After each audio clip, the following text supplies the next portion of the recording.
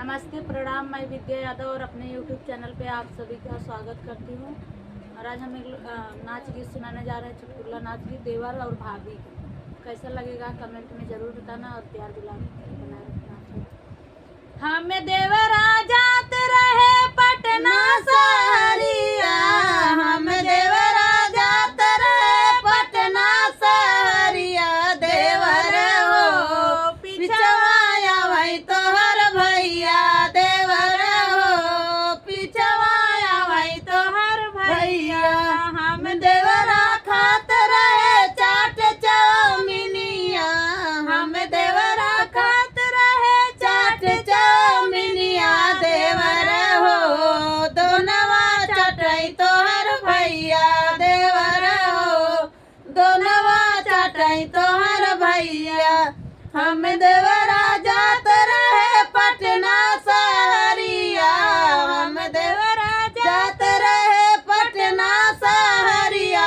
देवर हो पिछवाया वही तोहर भैया, देवर हो पिछवाया वही तोहर भैया। हम देवरा लेत रहे साड़ी और लहंगा, हम देवरा लेत रहे साड़ी और लहंगा। देवर हो चोलिया ले तोहर भैया, देवर हो चोलिया ले तोहर भैया। हम देवरा जात रहे पटना सहरिया, हम देवरा जात रहे पटना सहरिया। देवर हो पिछवाया वही तोहर भैया, देवर हो पिछवाया वही तोहर भैया।